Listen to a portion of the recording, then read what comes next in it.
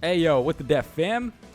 So we're back on the subreddit again because I saw this post a couple of days ago. Powercreep feels like a safety spec that keeps getting rewritten mid-test.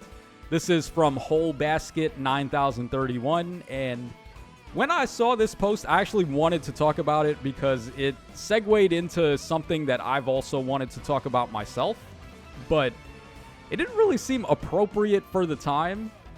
And then this happened here, and the Sombron banner came out. So Sombron is here, and then I was like very unimpressed, very apathetic about both Sombron and the legendary Leon that was showed off in this banner.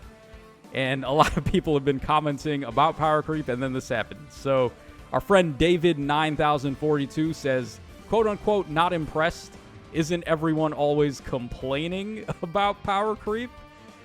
So, Powercreep is on the discussion again, and the thing about this banner, I don't take this as a bad thing, I actually take this as a good thing. If every banner is Powercreep, then people would just be suffering the entire way through. That's not what people want.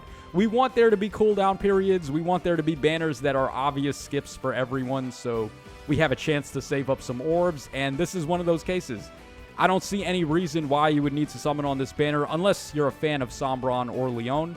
And for the record, I think actually the Leon unit is not that bad.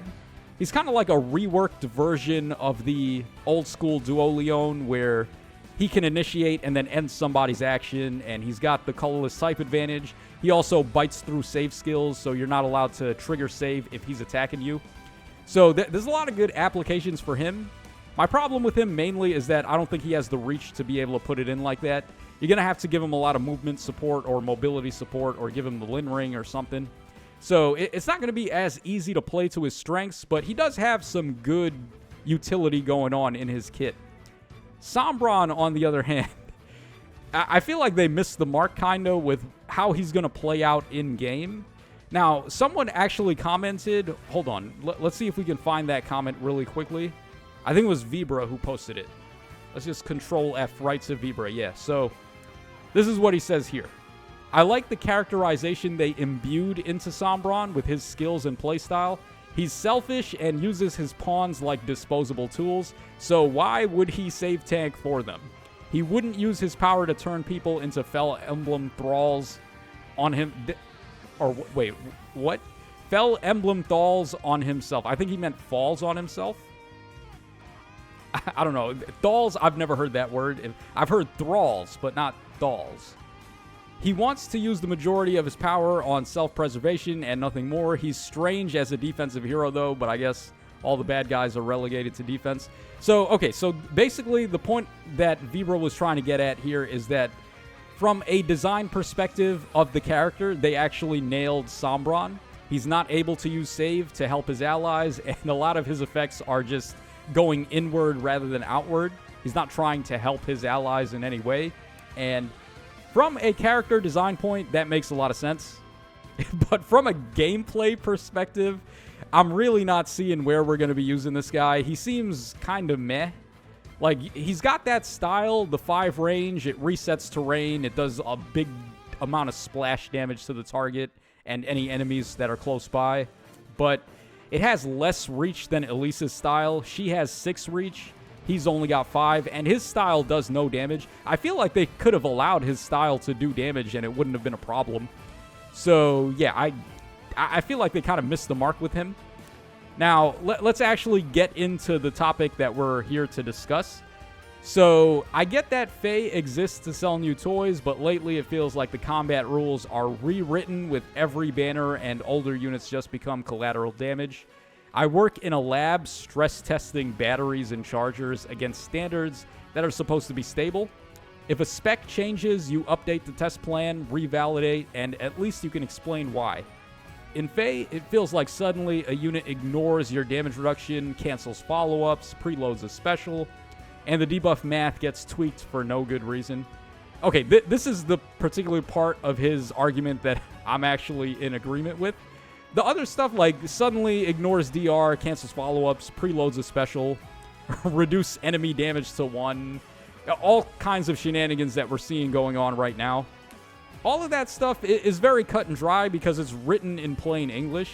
The math portion for me is where I get lost in translation a lot because I do not do math for these units. I just read them and then take what I see at face value and try to apply that to my knowledge of the game and see if they're going to fit in anywhere.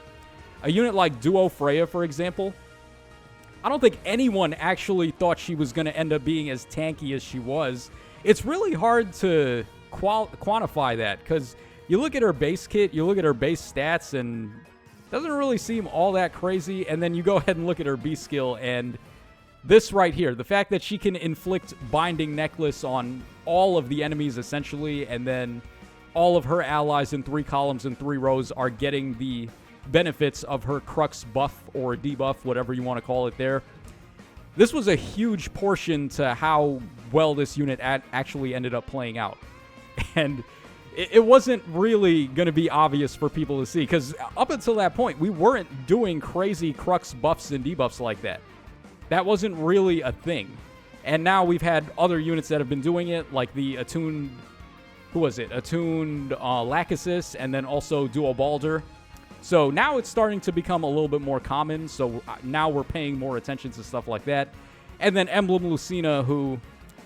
You take a look at her special giving the 40% DR, and you think, okay, 40% non-pierceable DR. How many times have we seen that before? We've had it on the Ike Ring. We've had it on a lot of other specials, like Armored Flare, for example, and so on and so forth. Like, the new specials now, Comet as well, Arc Rival, they're all coming with this non-pierceable 40% DR. So, you just think, how bad could it be to stack another one on there? It doesn't seem like it's going to be that problematic. And then you actually take the unit in-game, and all of a sudden it's like 40% DR turns into 99% DR. So, yeah, my point is, a lot of units now are coming out where just looking at them at face value isn't good enough because there's a lot of math involved, and that can basically make it feel like Powercreep is a safety spec that keeps getting rewritten mid-test, as Whole Basket is said here. All right, so let's keep going. Then the next unit shows up to counter that nonsense, and the character you built last month is suddenly the outdated failure example. What really grinds me is how many layers you have to keep track of now.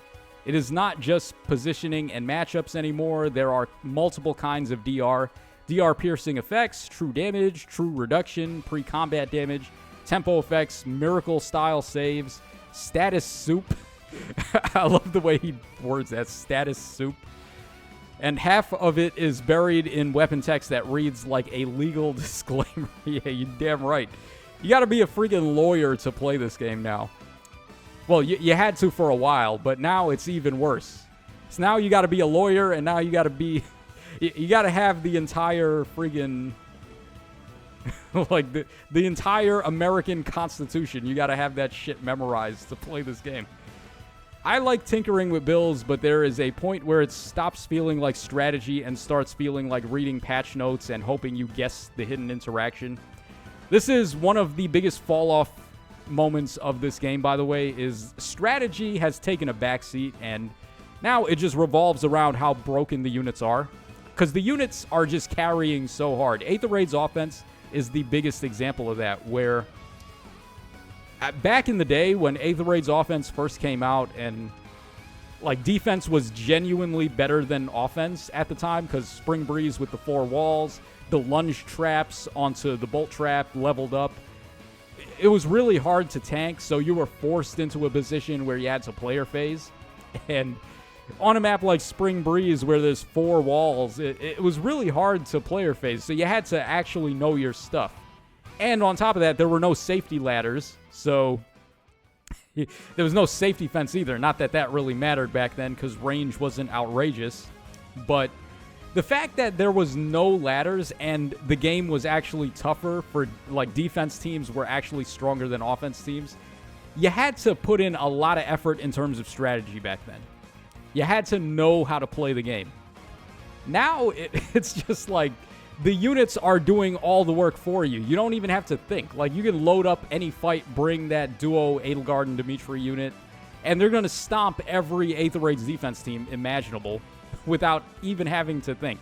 So, yeah, that's something I'm not really a fan of. I do like the strategy portion of the game, but that's just taking a backseat now to numbers and units being a lot more powerful than they used to be. If you do not have the exact new premium skill, it can feel like you failed to the check before the fight even starts. That's another thing, too. You can just be completely down just because the opponents have a new fodder skill or something like that that is going to tweak the game in their favor. How are you all dealing with this? Do you focus on one mode, accept that some favorites are relegated to PvE, or keep trying to keep older projects viable even if it means sinking resources every month? I get that Faye exists to sell new toys, but lately it feels like the combat rules are rewritten with every banner and older units just become collateral damage. Didn't he say that earlier? Oh, he just, he just posted the same stuff over and over. Huh. Okay, so I guess we've seen pretty much everything he has to say. Let's take a look at some of the comments here. So, Tom Nook Nook. I hear you. I mainly play the game to collect my favorite characters. I've been playing since Takumi was the meta. The way Faye is right now, to build a good team and to play in the more competitive modes takes time, effort, and money that I'm not willing to spare. So I stick to the single player like Binding Worlds and Seer Snare. So in PvE, older variants still might work, but sometimes they just need to be retired. Also, the story in story mode is actually not that bad.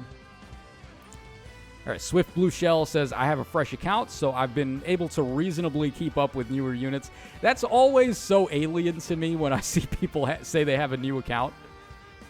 Like, out of all the gacha games out there that you could be playing, we're almost 10 years in on Faye, and you're choosing Faye to be the game you pick up. I don't know, man. Like, this game is not really advertised at all, and just from word of mouth, like the way people talk about the game, I would think that would be a massive turnoff to most people. I feel like teams nowadays are like building dominoes. Altogether, they're terrifying as they buff each other, but once you start to remove the weak link, the whole team quickly crumbles. There's a reason why, to this day, undefended support plus Emblem Lin still Prince wins. Well, I don't know about all that, but okay. All right, High Class Fan Club. Recent developments have just been adding more numbers onto each skill slot, turning first hit DR to first hits, etc. That or obvious things that are easy to monetize like terrain and styles. Not that it's a good thing, but combat's been too hard to untangle for a hot minute. Yeah, that's another thing too. I feel like a lot of the times, unless I enter the combat forecast, I actually have no idea who's going to win the combat. Not all the time. I mean, there are some very obvious ones, and just from memory, you'll know which units can generally beat others. But there are a lot of instances where you might get thrown for a loop because there's some other effect going on that's in play at the moment that wasn't before, and now all of a sudden a matchup that you always win, you're suddenly losing. So there's a lot to keep up with. I know even, like, the top players, they're always scratching their heads sometimes when something happens. It's like, wait, why am I able to kill now all of a sudden when before I wasn't? Things like that. All right, check my unit skill slots and see if they have enough numbers, i.e. true damage, damage reduction on how many slots, 40% DR on the special, etc. That's what determines if they have a fighting chance. And from there, stack supportive effects. Specifically, you only have to pay attention to what's relevant for your unit. If I'm using a Desperation unit, look for Hardy Bearing, and if Flash, look for Null Sea Disrupt. It's easy enough to memorize what skills or units have these. Conversely, stuff like Tempo, Guard, etc. don't need to be kept track of when using a Gale Force unit. Finally, I tend to only use characters I like too, but I don't fret about my favorite from 5+ years ago being viable for combat in Aether Raids. They had their time, and right now it's my other more recent favorites' time. And when I'm stuck with someone like Mythic Freya, I can still make them useful by building for support. Okay, so yeah, I mean, we could keep on going here, but it seems like we've gotten the gist across so far. Now, I just wanted to point something out about Powercreep. So, like we mentioned earlier with this Sombron banner, there's not really any Powercreep at play, at least at the looks of it. So, the banner is a safe skip, and that's obviously a good thing for the player base. But in the event that power creep is actually done, like, for example, as you guys remember, the Winter Three Houses banner, that was probably the most exaggerated form of power creep I think I've seen in the game's history, where those units came out and they were gapping the rest of the game by at least, I put it as being like a full year or two ahead of everybody else in the game. And they lasted about 6 months, and then power creep caught up to them. So just as an example, 14K views for this trailer for the Three Houses Winter banner, and that's not common at all. So it shows that power creep generates hype. It's gassing up the units because people want to see them just shatter the game in half, and that's something that's fun. That's something that I also enjoy. So, like, seeing this happen, this type of stuff is always fun when it happens. And the surrounding videos, you can see a lot of them involving these Three Houses characters did get a lot of views, like 7.4 for the data mine. We got 4K views on the summoning. I don't even do summoning videos anymore because no one cares about them. But if I were to do a summoning video, it's not getting 4K views right now. I'll tell you that much. And then, like, No Quarter, talking about the fodder on the banner. We got 6K views for that. But more importantly, the actual numbers for that Three Houses Winter banner. We got to number 4 on the App Store for that one. That's, like, one of the highest peaks Faye has had on the App Store since, like, the original release of Ike back in year 1 when he came out. I remember that banner did really well. But yeah, getting to number 4 on the App Store is crazy in Faye, especially for 2023 when we're several years in already, and a lot of people have been put off to the game by this point. So power creep isn't inherently a good or bad thing. I think it's kind of a neutral thing, but it has a stigma behind it, like the word power creep.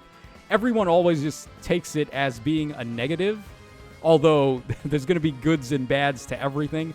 So here's an example of power creep being a good thing, where these units don't power creep at all.